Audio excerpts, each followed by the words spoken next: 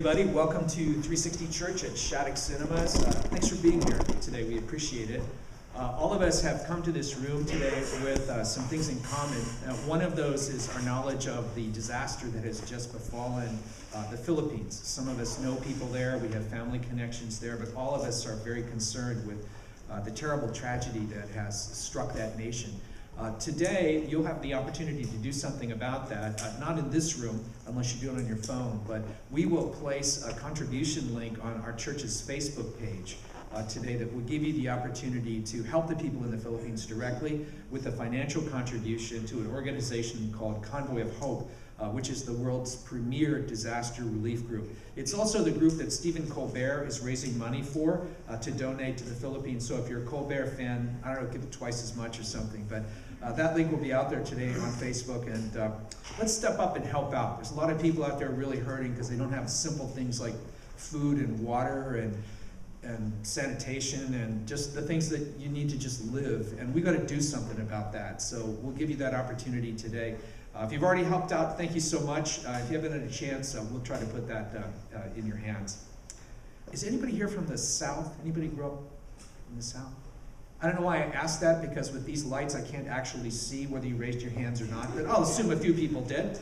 The South is a really different place. I just got back from there less than 24 hours ago. I was down in Florida to teach an MA class that had to do with how churches engage the culture that they live in. And one of the things you learn when you're doing modular classes, which are 8 hours long for multiple days, I mean, they are brutal for everybody, is that after lunch, everybody falls asleep. It's like the sermons here, except much longer. The impulse to fall asleep in a big cushy chair is just overwhelming. And so what you learn as an instructor is to come up with tricks to keep people awake between 1 and the coffee break at 3 o'clock. And these are with adult students. They're all serving pastors and educators and so forth.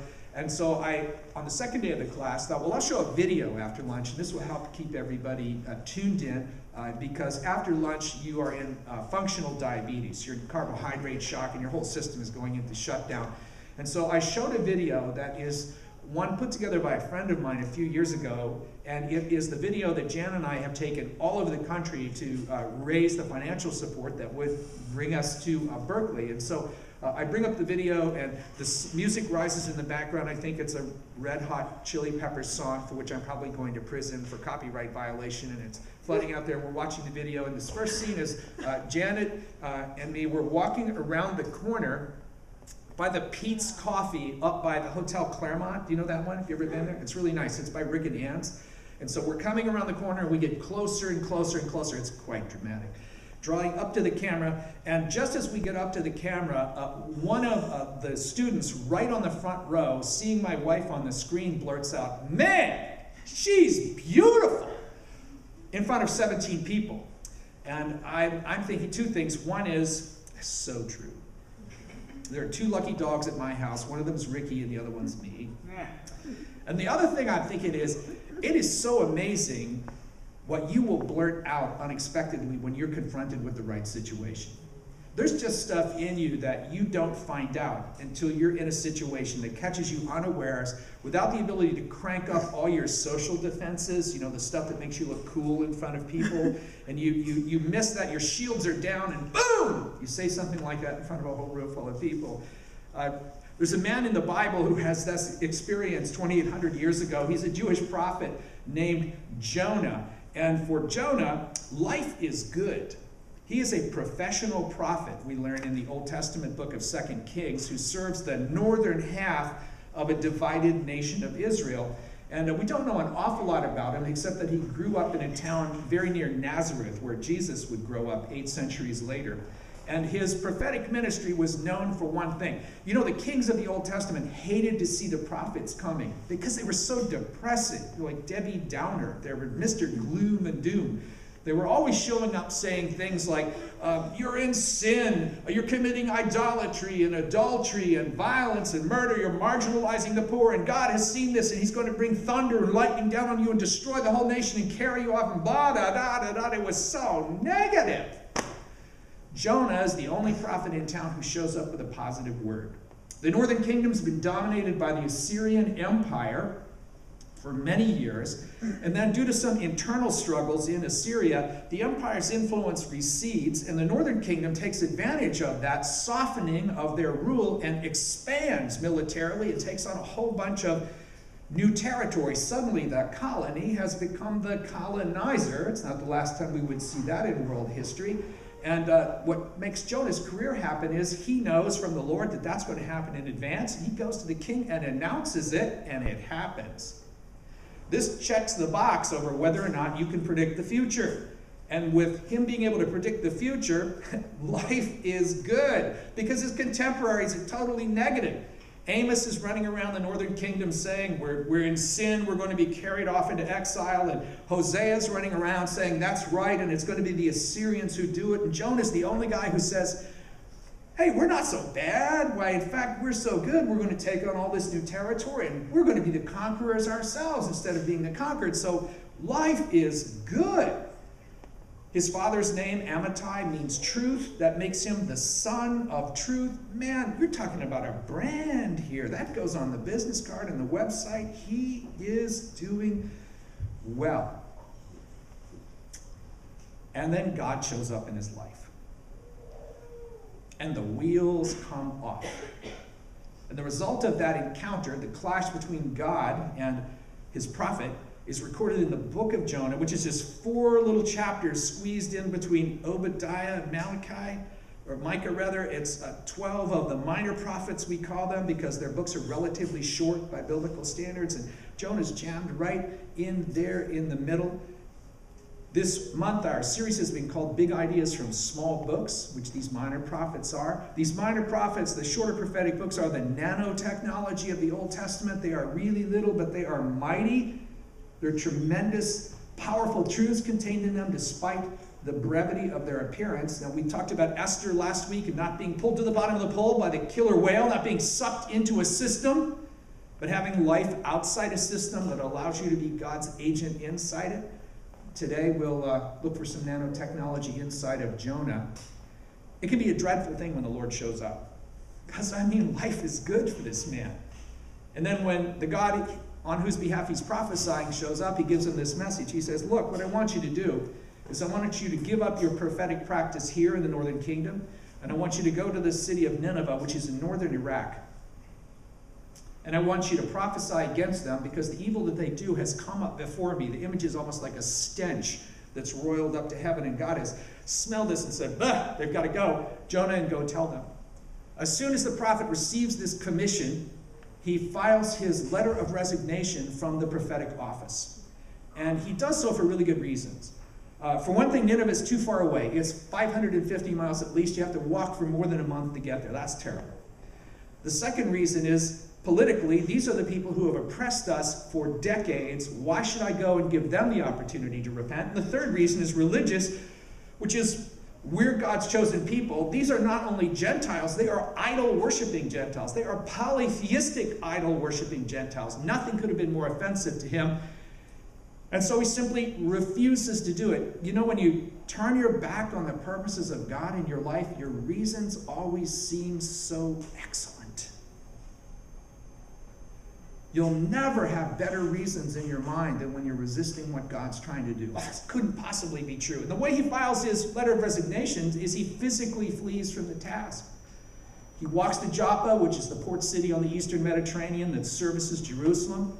He gets on a boat, probably crewed by the Phoenicians, who were the most proficient seafaring people of the era. And the scripture says he pays his own fare. He has to buy his own ticket to do the wrong thing.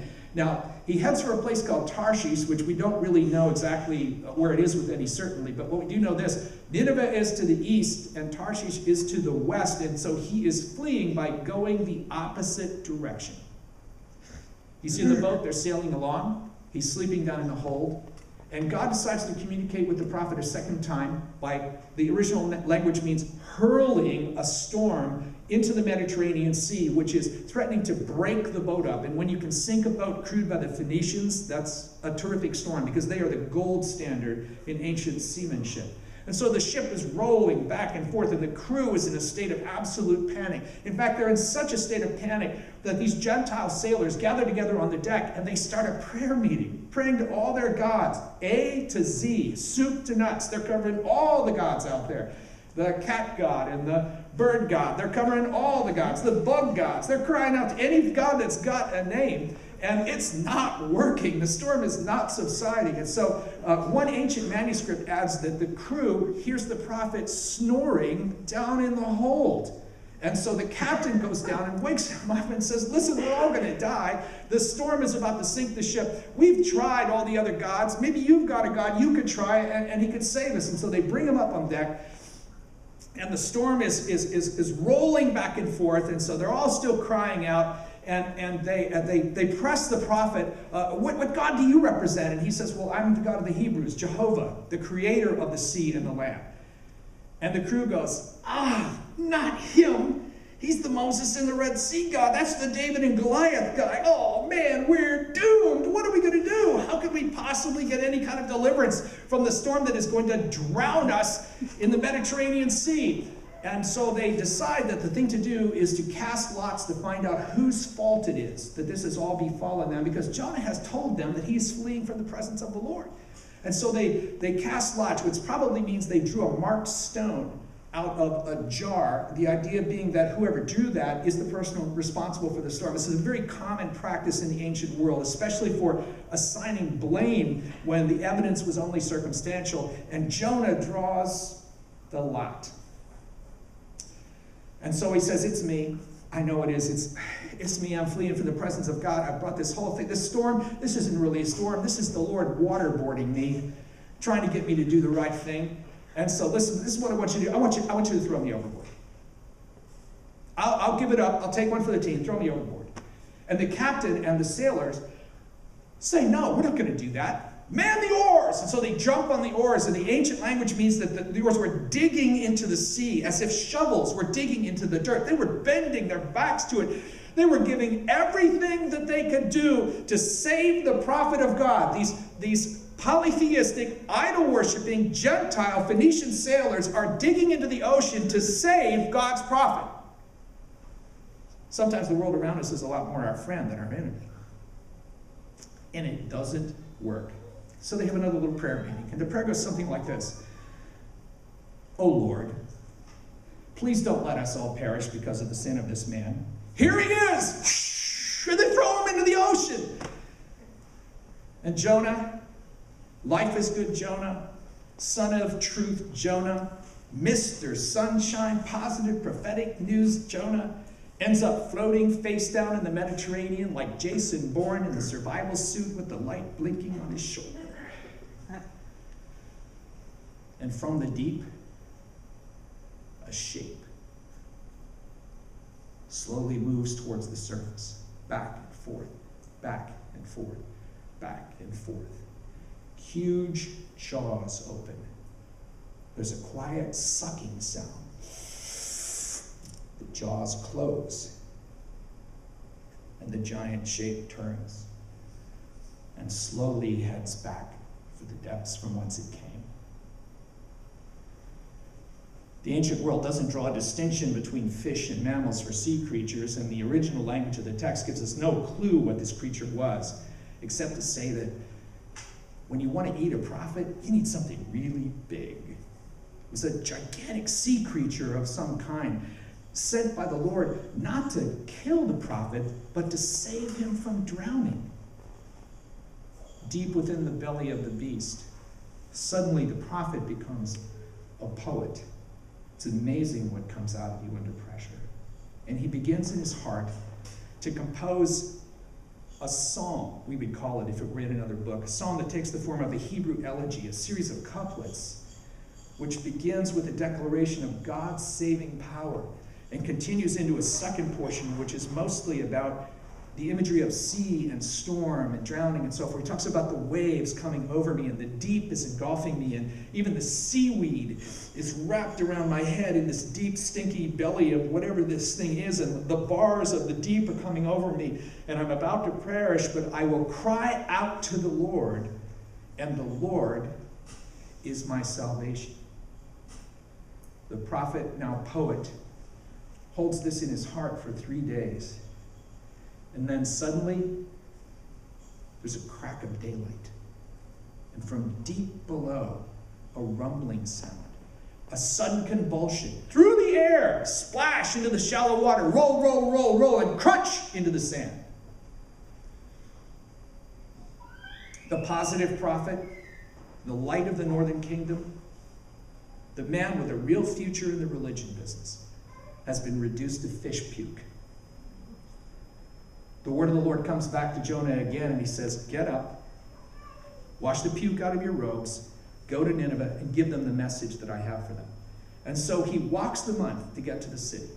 And when he arrives there, it's a great city. In fact, the city proper and the towns surrounding Greater Nineveh, the way we would say Greater London or Chicagoland, would have a diameter of about 60 miles. I mean, it was enormous because in the ancient world, it only takes a group of people in the tens of thousands to be regarded as a huge urban area. He walks into this region for about a day or so among the Ninevites, the people who have conquered his country, the people who are known internationally for war crimes and atrocities, the people who were once ruled by a king who bragged that he painted the mountains with the blood of his enemies,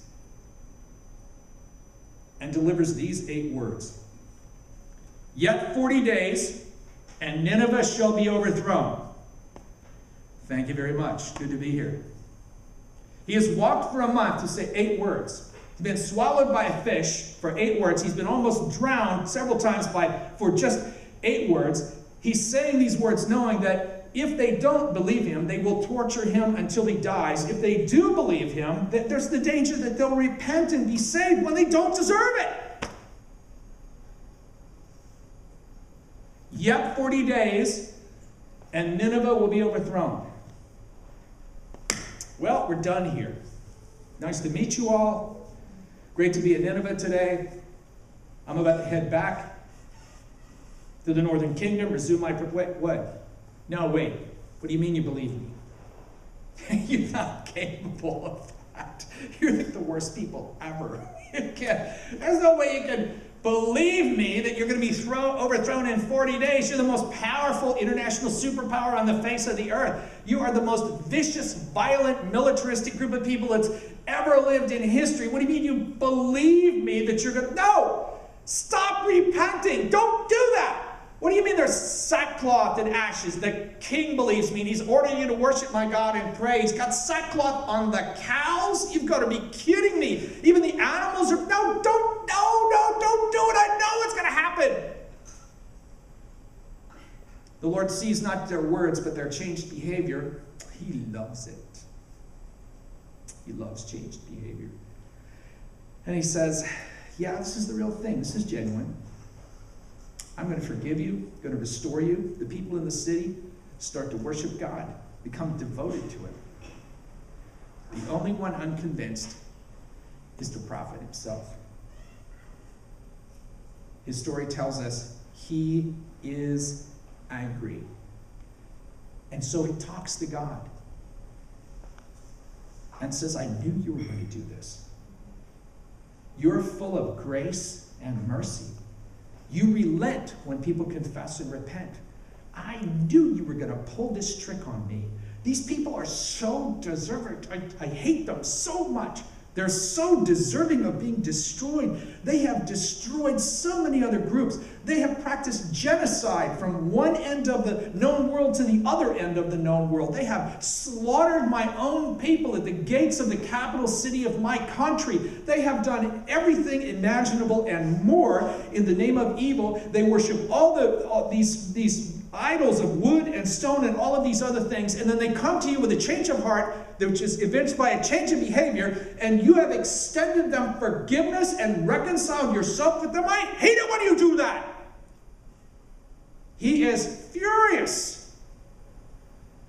And the Lord asks him, I can almost hear this being said quietly, do you do well to be angry? Is this really a path forward for you, son? After the running and the storm and the drowning and the fish and the singing and the seaweed and the walking and the walking and the walking and the 8 words, is this really the way forward? Jonah doesn't give him an answer, except to pour out more anger and more wrath. And so instead of heading west towards Tarshish, he picks himself up and goes east outside the city, where he builds himself a shelter and he sits down, maybe to wait to see if God would reconsider his excellent reasons for the destruction of Nineveh, for tearing down the capital of the Assyrian Empire. And God will then change his mind and rain fire and brimstone down on these Assyrians and wipe them out completely. Maybe this isn't so bad. The Lord, who has commanded the sea creature, now commands a plant who comes over the top of the prophet and shades him. Well, maybe I do have it right. Maybe hate is the way. Maybe justice is what these people deserve. And now the Lord's kind of showing me that he's listened to what I've said, and now he's angry too. In the morning, God sends a small insect who attacks this plant at its root. The plant collapses, and now the prophet is exposed to the blazing sun and the scorching wind of the arid territory around the Nineveh area, to this point where his discouragement rises, it crosses a certain deadly threshold, and he says, I've had enough, I just want to die. Now he wants to be saved from the fish, but he wants to die in the desert. And the Lord speaks to him again and says, do you do well to be this angry? And his response is very firm. Yes. Yes. I'm so angry I want to die. Not only have you spared the Ninevites, you sent this insect and took away the only kind of comfort I had, which was this plant that was growing. You even had to take that away from me. You've taken away my whole purpose for living. My job is to come and pronounce judgment on these people, and instead you sent me to pronounce grace on these people, and I'm just, let's end it. The Lord asks him one more question. In chapter 4, verse 10, it's the very last verse in the book. You pity the plant for which you did not labor, nor did you make it grow, which came into being in a night and perished in a night. And should I not pity Nineveh, that great city, in which there are more than 120,000 persons who do not know their right hand from their left, and also much cattle? Everybody's got a Nineveh someplace. And maybe the way you know you're at the gates of it is the anger.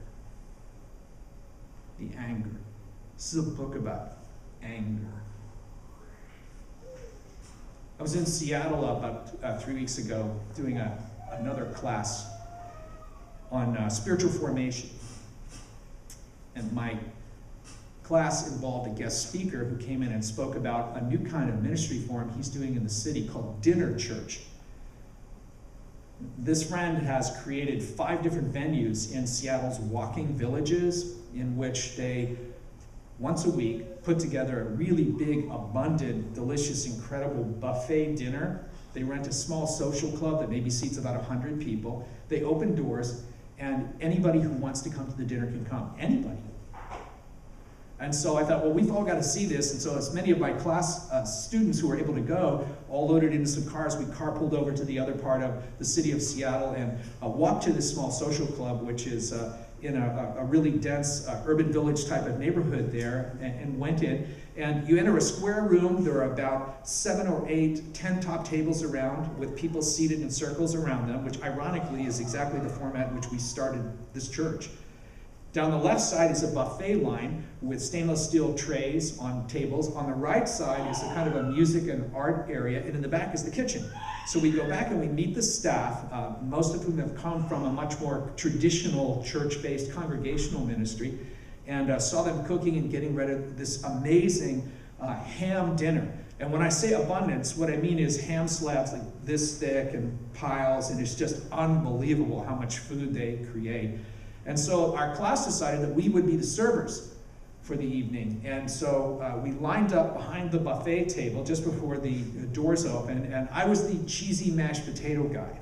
I was at the mashed potato station with a stainless steel spoon and latex gloves, and down the line for me was the green bean person, and then next to them was the ham person, and on the other end was the person doing the desserts. We open the doors, and humanity floods in.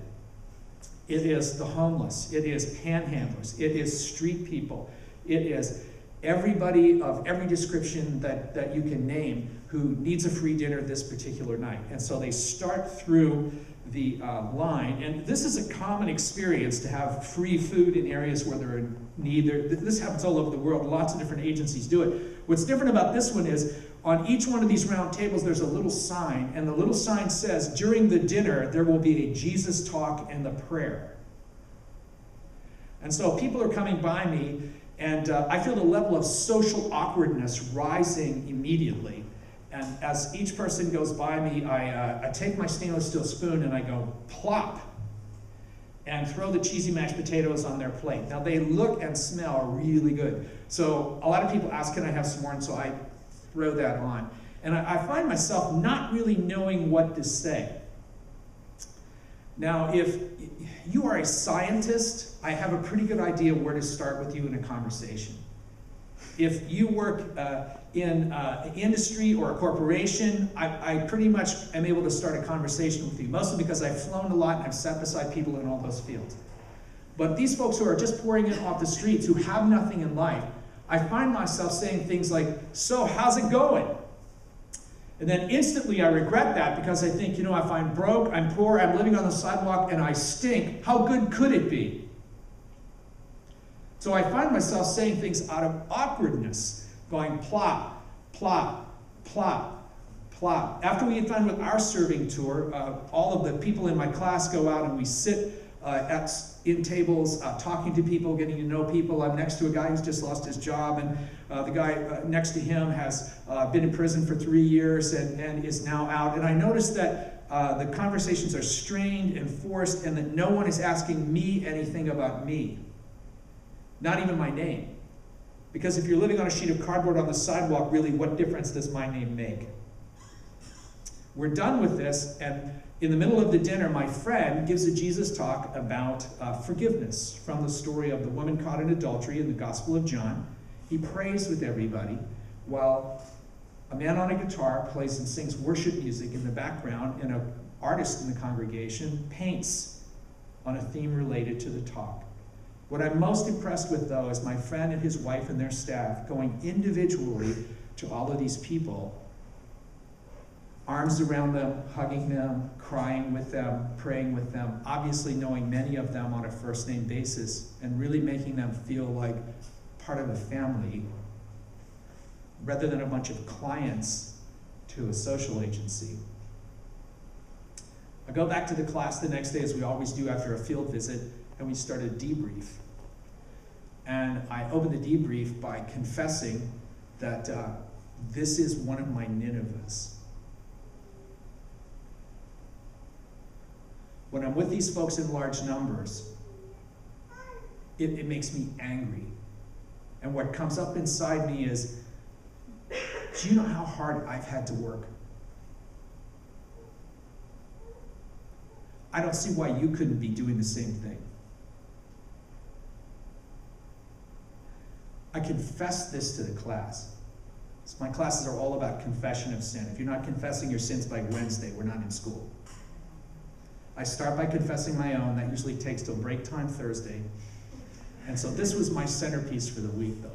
So these lovely people, being with them, what it did for me was I felt that thing rising up inside me, and I think what God was saying to me is, do you really do well to be angry?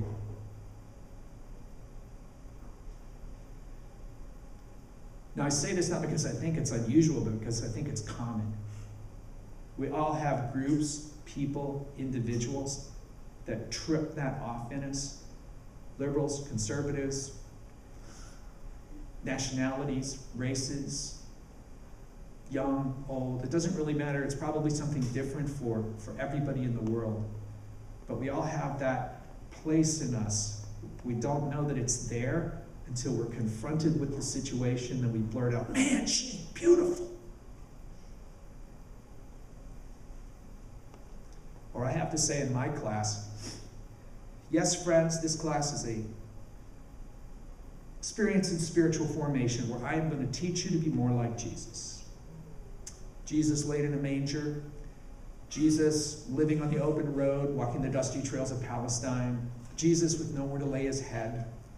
Jesus brutalized. Jesus murdered between two thieves. Poor, homeless, street person Jesus. I'm going to show you how to be more like him. And the way I'm going to do it is I am going to disdain and abhor marginalized people. Yes, follow me as I follow Christ. The Ninevites just crushed me. I realized that I cared more about mashed potatoes than I did about marginalized people in that context. And God gave me a wonderful opportunity to blurt that all out. Man, she's beautiful. And to make it right by saying it out loud in front of someone else. And I feel this freedom on that issue that I don't think I've ever had before in my life. As we sing and worship the Lord a little more this morning, I hope you take some time to think and reflect on if there's a Nineveh someplace, if there's something that trips off that kind of anger, that self-righteousness. And today, before we come to our communion service, to make that right, to talk to God about it, to lay that thing down, and to let him just lift it out of your life. If you'd like prayer this morning for any reason, we'll have some prayer teams at the back of the two aisles in the back, and I'd love to pray with you about that or about anything else that's on your heart. I'm going to invite you to stand with me, if you would, please, and our band's going to come. We're going to worship the Lord for a bit and just lift up anything that you identify in your heart as you reflect on this. Let's take the opportunity to walk out of here with no anger towards anyone, with no Ninevehs in our lives and hearts, and open up all the possibilities that provides.